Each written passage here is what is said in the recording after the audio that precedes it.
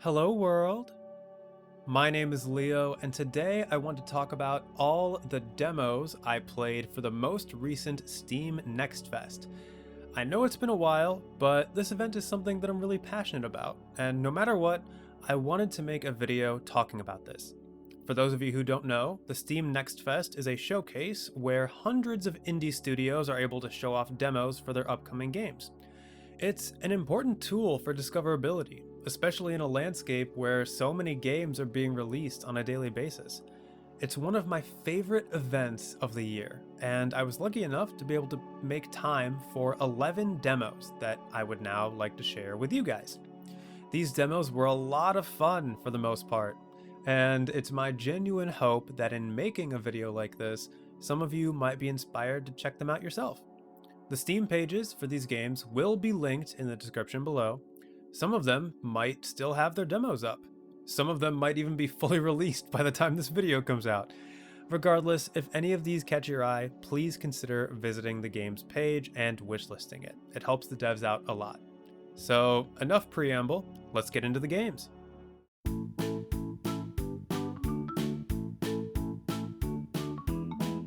So first up, we have Big Hops, developed and published by Luckshot Games.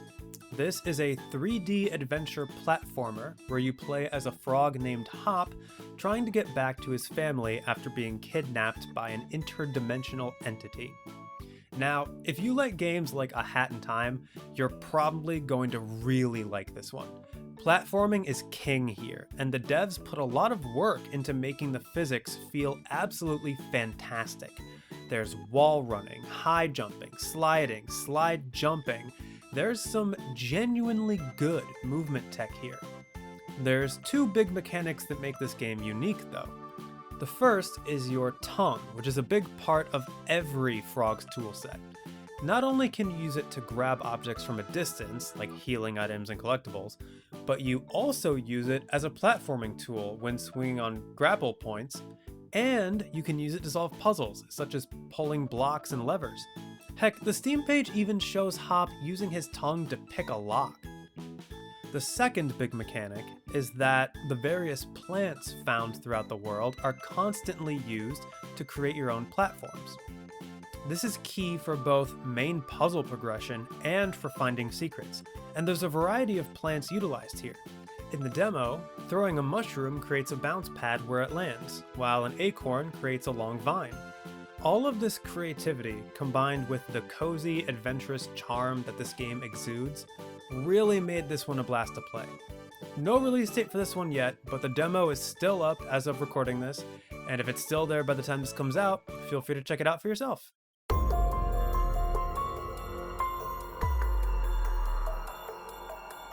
As of writing this script, Halloween season has just ended, but that doesn't mean the scares have to stop, and there's always time for a good spooky game.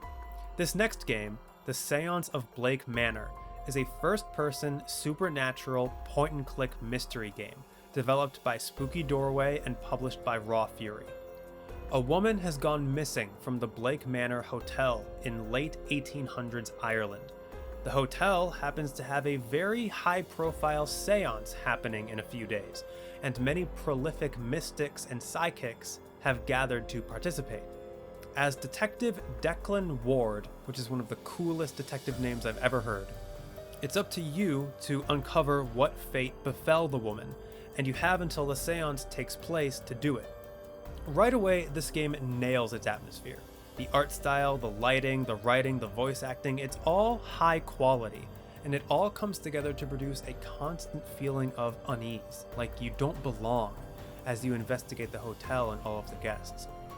This game is also inspired by Irish mythology, which adds to the world building, especially when it comes to the supernatural elements.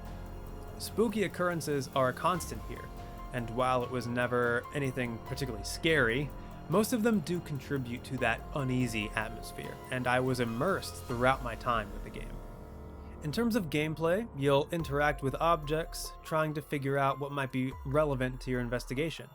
The flavor text, even for the irrelevant stuff, is always interesting, and helps the world and time period feel more fleshed out.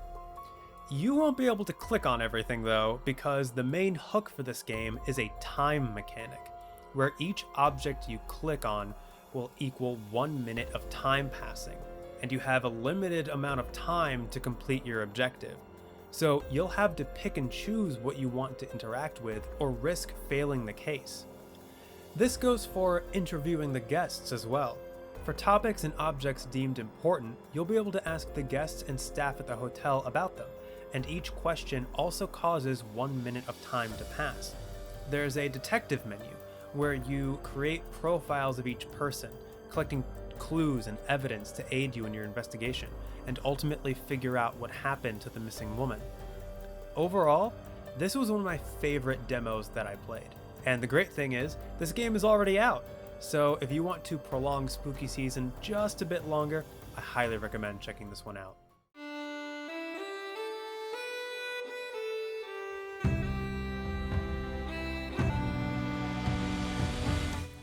From a game inspired by Irish mythology to a game inspired by Scottish history, our next game is Tears of Metal, developed and published by Paper Cult.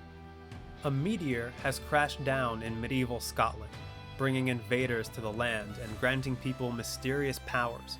In the demo, you play as William Wallace, though in the full game it looks like there will be 4 other characters to choose from as well, as you lead your own troops into battle to take back your home. In terms of story, that's basically all there is, but it's a fun premise, and it serves as a good backdrop for what is clearly the focus here, the gameplay. Tears of Metal is a roguelite, mixed with Dynasty Warriors-like combat and a touch of soldier management thrown in there for good measure. And let's actually start with that. Every run begins at your base, where you can pick your weapon, buy new artifacts to find in your runs, etc. But the main thing you're doing is customizing your troops. There are 3 types of soldier: swordsmen, polearms, and archers, and each will affect your overall army stats in different ways depending on how many of each troop type you have. In addition, individual soldiers can grant their own bonuses, such as percentage increases to certain damage types or max health. Finally, the amount of each soldier will affect the damage of special attacks you can make with your troops, which brings us to the combat. Combat in Tears of Metal takes some getting used to, but is extremely satisfying to pull off. In typical Dynasty Warriors fashion, you'll primarily be mowing down waves of soldiers with light and heavy combos. Battles can get very chaotic, and I did find it a bit difficult to keep track of what was happening and where I was a few times. But the dopamine rush of sending a bunch of enemies flying with a single attack absolutely made up for it. You also have your aforementioned command abilities, where you command a certain soldier type to do something special, like attacking a certain enemy or a certain area. You also have an ultimate command ability, which just looks really cool to use. Finally, you have your roguelite power-ups, which all have different effects and can make you feel very powerful. For example, one of my favorites was a power type called Refraction, which allowed me to create a chaining attack across multiple enemies. The one downside I will talk about though, when it comes to these power types, is that it doesn't really feel like there's a lot of room for synergy across them. There were 3 power types in the demo, and like in Hades, you can get power-ups that attach abilities to your light attacks, heavy attacks, dodge, and so on. However, unlike Hades, the power types only seem to synergize and even stack with themselves, not with each other. So the impression I got was if you mix and match power types across your attacks, you'll actively be making yourself less powerful, and I'm not sure how I feel about that. I will say though, that the roguelite elements in terms of rewards were really solid. These powers were fun, and in addition to those, you can get gold, which will allow you to buy artifacts, and you can get more soldiers to integrate into your troops. There are also events you can come across, like shops and companion quests. The art style is really fun, the music is fantastic, and the full release also promises to have co-op, so the fact that the different power types don't synergize with each other as much might not matter when you have multiple people who each have a different power type and each person can synergize within themselves. So yeah, I had a great time with this one, and I'll be keeping my eye on it when it releases sometime in 2026.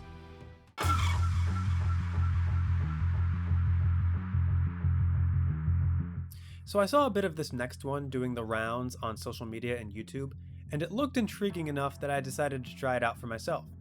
This is Final Sentence, developed by Button Mash and published by Polden Publishing. It's a battle royale typing game, and that's it. It's basically what you get on the tin. You'll be put into a game with around 15 to 20 other players, and compete to see who can type certain words or phrases the fastest. On one hand, there's undeniably an addicting element to this game.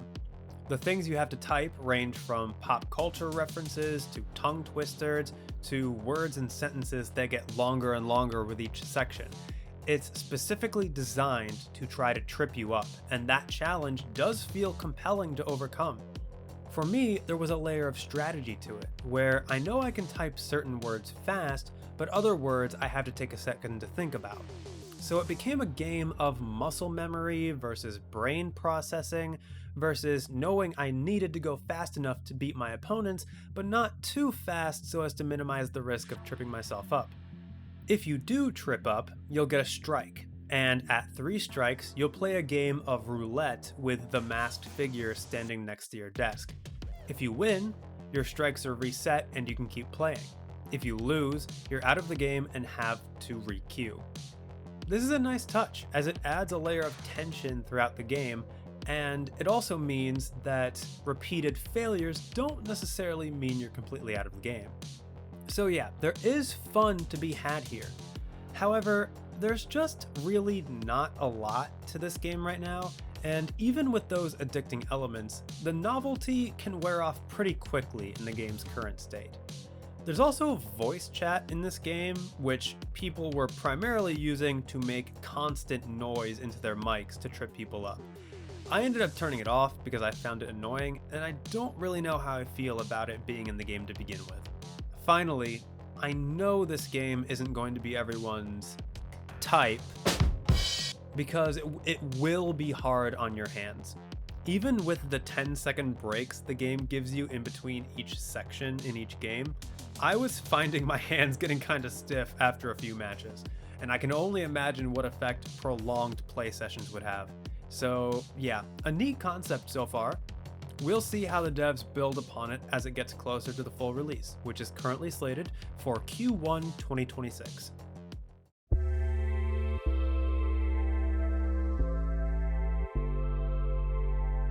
Next, we have Skate Story, developed by Sam Eng and published by Devolver Digital.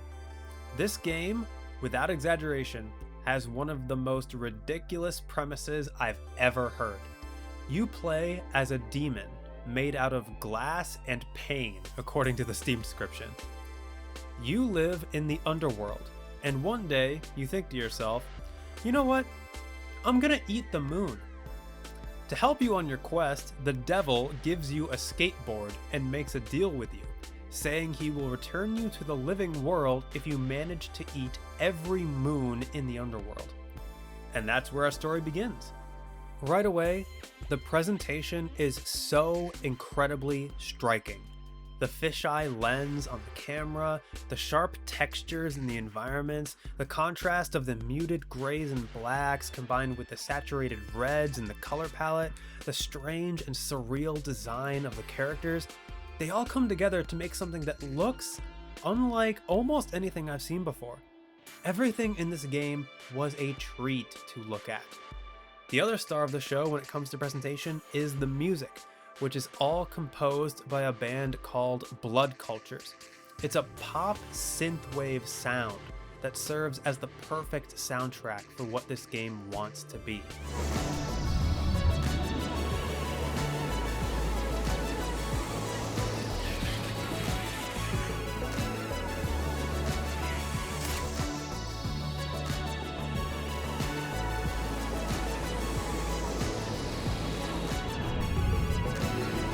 Skate Story isn't just a game, it's meant to be a sensory experience, a work of art, and I think visually and aurally, it nails it. In terms of gameplay, it's obviously a skateboarding game, and I think Sam Eng did their best to try to streamline the controls as much as possible, while still having an easy to learn, difficult to master type of learning curve. Holding down a trigger or a bumper, followed by the circle button, will do a trick.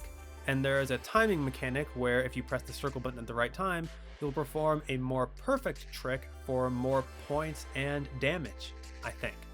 According to the Steam page, there's supposed to be over 70 tricks that you'll be able to do. And you'll be using these tricks to get around obstacles in levels, complete side quests, and take on bosses.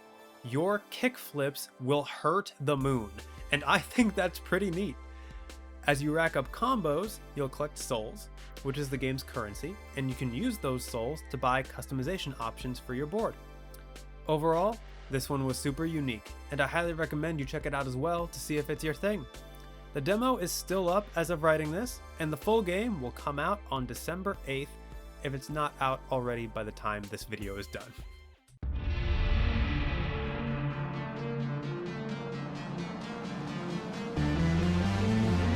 Alright, so this next game is a bit different than the other ones, and the reason for that is, I didn't like it.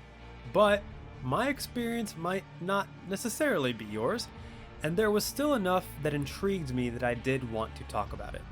This is I Hate This Place, developed by Rock Square Thunder and published by Broken Mirror Games. An isometric survival horror game based on a comic book of the same name with a heavy focus on crafting and resource management. You play as Elena, who wakes up in the woods in the aftermath of some kind of ritual. Your friend Lou is missing, and it's up to you to find her. Now, a big reason why I didn't like this one was because it made a terrible first impression. I unfortunately didn't catch footage of this, but when I started playing the demo for the first time, I encountered a bug that caused all of my weapons to vanish, which meant I couldn't fight anything. The thing is, I wasn't sure whether or not it was a bug at first, because the demo doesn't really have a tutorial. It just kind of throws you in to figure everything out for yourself. Now, that kind of game design can work really well for some games, but for a game that has a lot of different mechanics when it comes to crafting, base building, equipping items, 3 different survival bars, one of which I still don't know the purpose of. You would think it's stamina, but it never went down the entire time I played, regardless of if I ran or not. I feel like this game needs a tutorial of some kind. Anyway, because there was no tutorial, I just kind of played without fighting anything until I realized I was soft locked and needed to restart. But like I said, your experience might not be my experience, so you might have a better time. Even without the bug though, I feel like for every good aspect of the demo, there was an aspect that I didn't like. For example, the art style and presentation is actually really neat. It's drawn in a comic book style, complete with stylized words that pop up to emphasize each sound effect. It's clearly drawing, no pun intended, from its comic book roots, and I've really liked that. That's in contrast, however, to the subtitles that appear when someone talks, which are in a font that's just really boring. I don't remember a time where I've ever criticized the font choice of subtitles, but with everything else being so stylized, this stood out to me as being kind of bland. It didn't help that the writing for the characters felt really generic, and I found myself having a really hard time getting invested in anything going on from a story or character perspective. The music is also really good, adding a layer of pulpy 80s horror vibes that, again, is inspired by the comic, I believe, and it works really well. The ambience and sound effects are also pretty good when you're in this underground lab area. However, the outdoor areas weren't hitting as hard for me, with little ambience and random monster sound effects playing in different directions, and sometimes there's no music or ambience, and there are moments where the game gets awkwardly quiet because of it, like in this farmhouse when the main character is talking to her mom.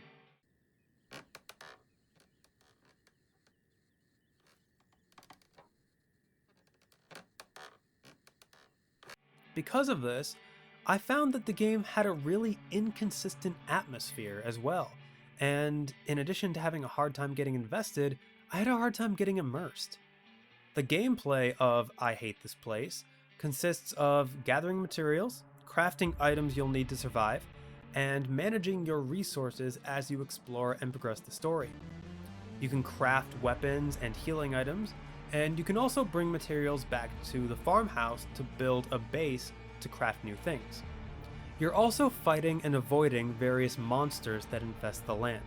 Sneaking is key to managing your resources, as you won't need to expend any ammo or healing items if you're not noticed. If you do get into a fight, the gunplay is serviceable enough. Melee is a bit clunky, but gets the job done.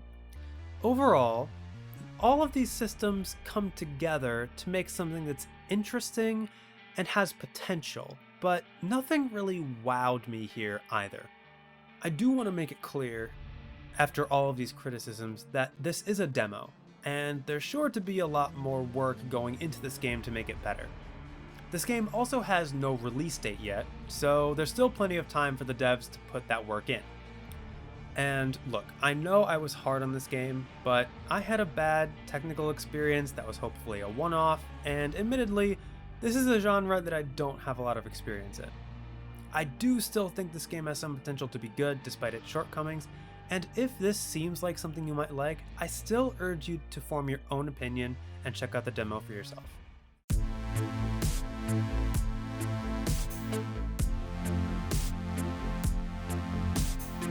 Moving on to something a bit more positive, here we have Fatal Claw, developed by NDev Games and published by Come To Us Holdings.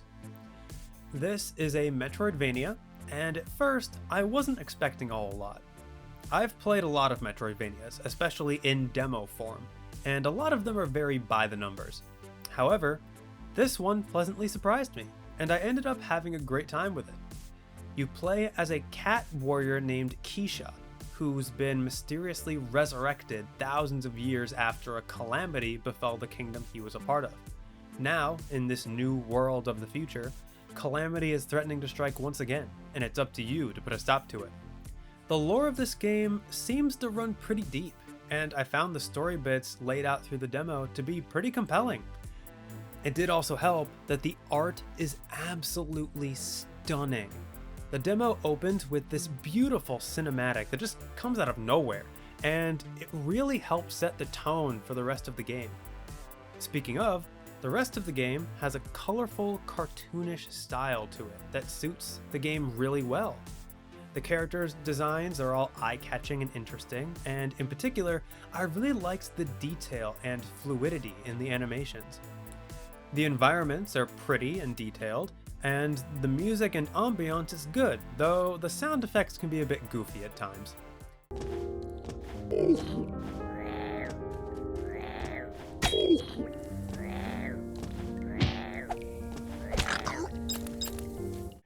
Gameplay-wise, you're exploring a map made of rooms and corridors, fighting various enemies along the way.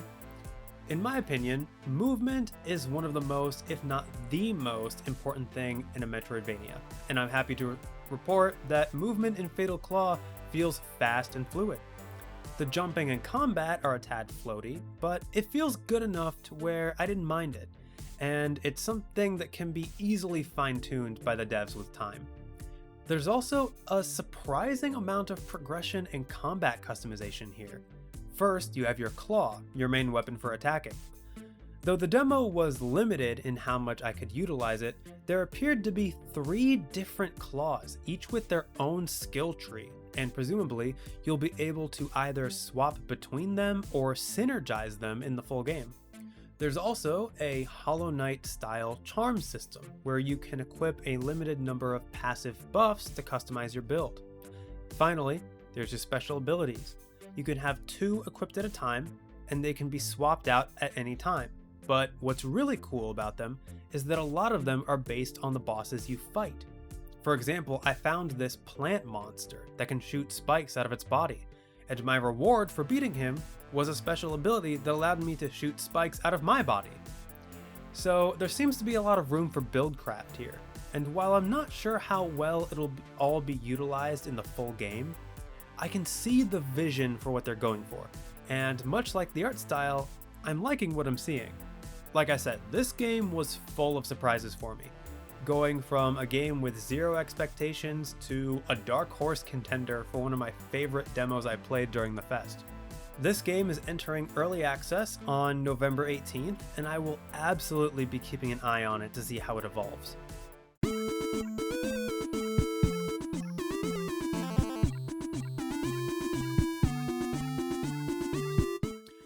Next up, it's time for one of the longest titles of any game I've ever played. This is the remake of the end of the greatest RPG of all time, developed by Coindrop Games and published by Gluchki Games, I think is how you pronounce that? A mysterious game company just remade the ending of the greatest RPG of all time, complete with new features like an in-game manual and developer logs. You boot it up, and your progress is already at 99.54%. You're so close to actually completing the game. However, getting to the end is not going to be that easy. For one thing, you don't actually know how to finish the game. And besides that, there seem to be some glitches in the game's code. Glitches that seem to be hiding some kind of secret. So, right off the bat, this game is clearly inspired by games like Tunic and Inscription. Heck, in one of the quote-unquote devlog videos, the developer is even wearing a Tunic shirt. Your main goal is to collect information on how to make progress, whether that's through collecting manual pages, hunting for secrets and glitches, or looking for codes in the combat system. The demo offered a very limited scope on what this secret hunting looks like, and while it wasn't anything too spectacular, it did intrigue me enough to where I'd love to see how the devs flesh this out. Going back to the aforementioned combat system, this game does actually have proper RPG elements to it.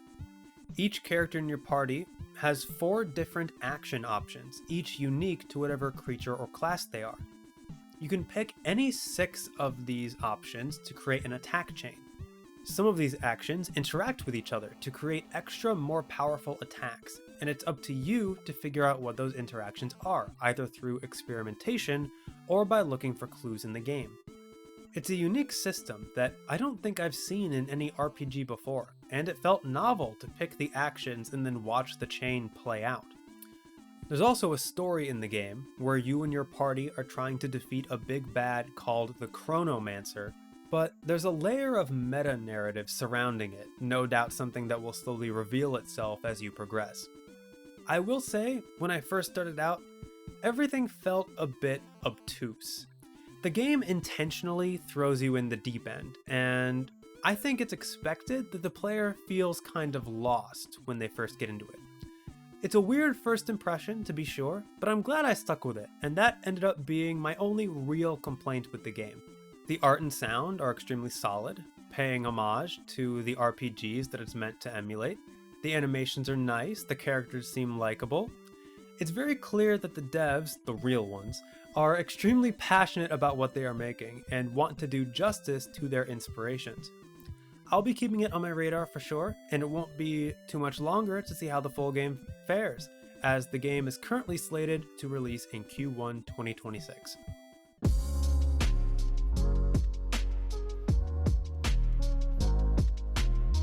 So, a lot of you who watch me probably already know that I'm into games with touching, emotional stories, regardless of genre. And there's a series of games I've seen on Steam that I've had my eye on for quite a while now that seems to tell emotional stories in really unique ways. The Opus series. I haven't played any of them, but from what little I've seen, they seem to be almost like playable anime movies, focused on character-driven, heartfelt tales with plenty of symbolism and fantastical elements. This demo is for the next game in that series, Opus Prism Peak, developed by Sonogo Inc. and published by Suisha Games. I hope I'm pronouncing that right. It's a visual novel style adventure game where you play as Eugene, a photographer who's lost his way in life, and who finds himself in a mysterious land after a near fatal accident. This land is filled with spirits who take the form of animals, along with a mysterious girl who can't remember her name, and it's up to Eugene to use his camera to help the spirits regain their memories and somehow guide the girl to wherever she needs to be. Right away, the art style and music are simply beautiful. The game gives off heavy Studio Ghibli vibes and is very evocative of that kind of style. The voice acting is also pretty great. It's a bit over the top in a way that sounds very anime-esque, and if it was any other art style, it might not have worked, but here, it's a good complement to the surreal nature of the visuals. What more is there to say? The train's not coming. And who's the little one beside you? She smells like shade. Woof! She was nearly swallowed by it. We have to reach the Nameless City to break the Shade's curse. If that's true, then fine. I'll call the train for you. But you figure out how to get your own tickets. Gameplay-wise, Prism Peak is mainly a walking and photography sim. The movement felt a bit rough, but that's something that can easily be tweaked. As for the camera, at any point you can take a picture of anything in your environment.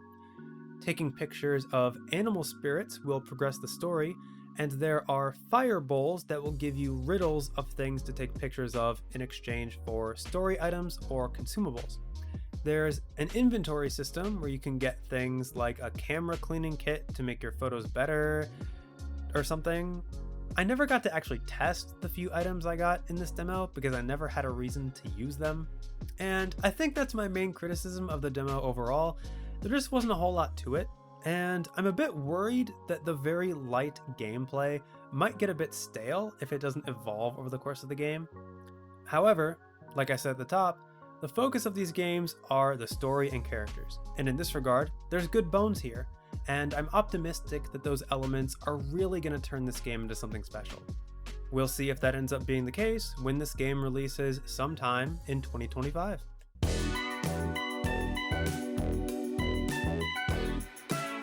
Alright, we're down to our last two demos, and these were some of the best that I played by far. This one, you probably already recognize. This is Dispatch, developed and published by Ad Hoc Studios. This one has been getting a lot of attention on social media, and a lot of YouTubers and streamers have been loving it. And if the demo is anything to go by, I don't blame them. You play as Robert Robertson, a washed-up superhero who begins working for a superhero dispatch team.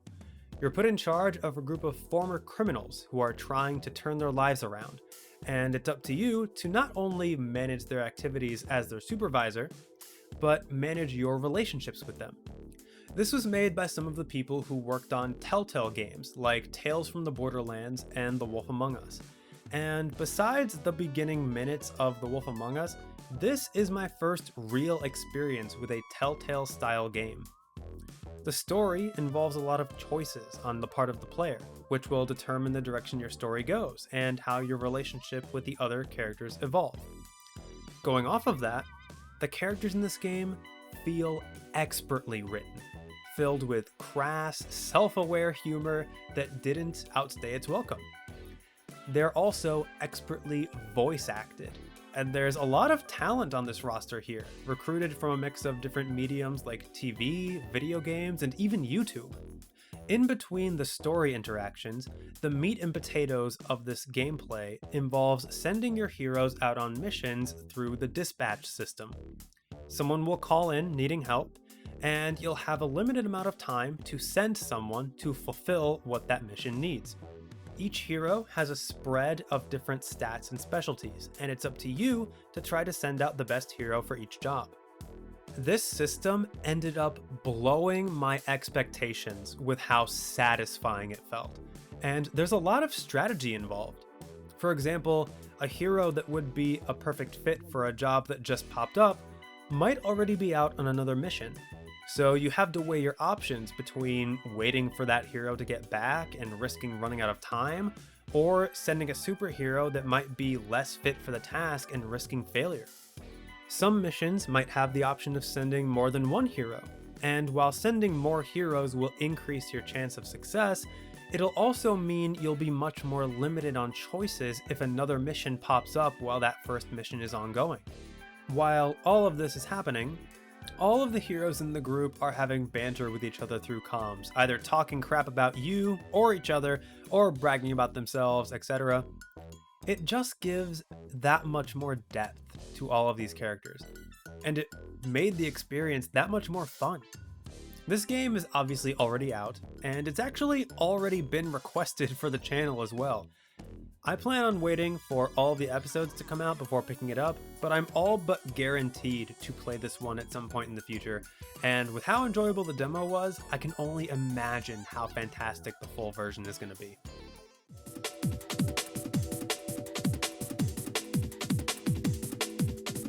Okay, last demo time, and what better way to end this than with one of the most ridiculous, fun, vibey demos I've had the pleasure of playing this year. This is Motor Slice, developed by Regular Studio and published by Top Hat Studios Incorporated. You play as a girl named P as you climb a megastructure, taking out sentient construction equipment with a chainsaw. Why are you doing this? I have no idea. But the why didn't matter all that much to me because the game was just such a blast to play. Motor Slice is essentially what would happen if you combined Mirror's Edge with Shadow of the Colossus and sprinkled in some almost Nier-like vibes for good measure. Traversal feels really good as you'll be wall running, climbing, swinging off pipes, rolling out of high jumps to ensure a smooth landing. The Mirror's Edge inspiration is on point here. There is one critique I have here though, and that's the camera. Sometimes with how it was positioned, I had a really hard time determining the angle that I was supposed to jump at, and in a game like this, I really wish that wasn't a thing. Still, it happened infrequently enough that I was able to give it a pass, and at the end of the day, I'm just happy to have a game that gives me the same feelings that Mirror's Edge did, because no other game has really ever come close for me, and I think that's a real shame. Regarding combat, all of the regular enemies die in one hit, but you do as well. So most encounters are a matter of you and your enemy dodging each other, trying to see who can land the first hit. It's fast-paced and tense and never outstayed its welcome despite being relatively simple. And yes, every enemy you come across is a sentient piece of construction equipment, including the bosses. The boss fights play out as massive set-piece battles a la Shadow of the Colossus. You'll be climbing all over it, avoiding obstacles and trying not to fall off, all while hitting weak spots to whittle down the boss's health bar. The one boss fight in the demo was incredibly satisfying, and I can't wait to see how cool and varied the other bosses are going to feel. The art style is nice, using striking colors with a limited palette, again like Mirror's Edge. The music is constant and very vibey, making the experience that much more enjoyable. There's also apparently supposed to be slice of life moments where you can play as P's robot companion as you talk to her. I encountered a couple of these dialogue breaks during the demo, and not gonna lie, they were kind of weird. Some of the lines you could choose were weirdly flirty in a way that felt very out of place. I don't know exactly what they're going for here, but maybe they'll make more sense when placed in context in the full release? I'm not sure. Setting that aside though, this demo truly was a blast to play. It felt fresh, unique, and just a lot of fun in the areas where it counts. There's currently no release date for this one yet, but I highly recommend checking out the demo if it's still up, and I'll almost certainly be playing the full version when it comes out. And there we have it. Those are all the demos I managed to play during the October 2025 Steam NextFest. Again, I apologize that this video is so late, but I'm at least glad that I was able to make this one at all. And I'm glad I was able to share these demos with you. There were a lot of really fun ones in this package, but even more importantly, I felt like there were quite a few games here that were willing to try something new. And I'm really happy that even after playing hundreds of games over the course of my life, I'm still managing to be surprised by what these developers come up with. Again, if any of these games caught your eye, please feel free to check out their pages on Steam. The links will be in the description. Let me know in the comments what demos caught your eye, which ones you might be checking out for yourself, which ones you'd maybe like to see me play. I would love to hear your thoughts on any of the demos that I talked about here. Thanks for watching, and I'll see you all for whatever I put out next. Goodbye!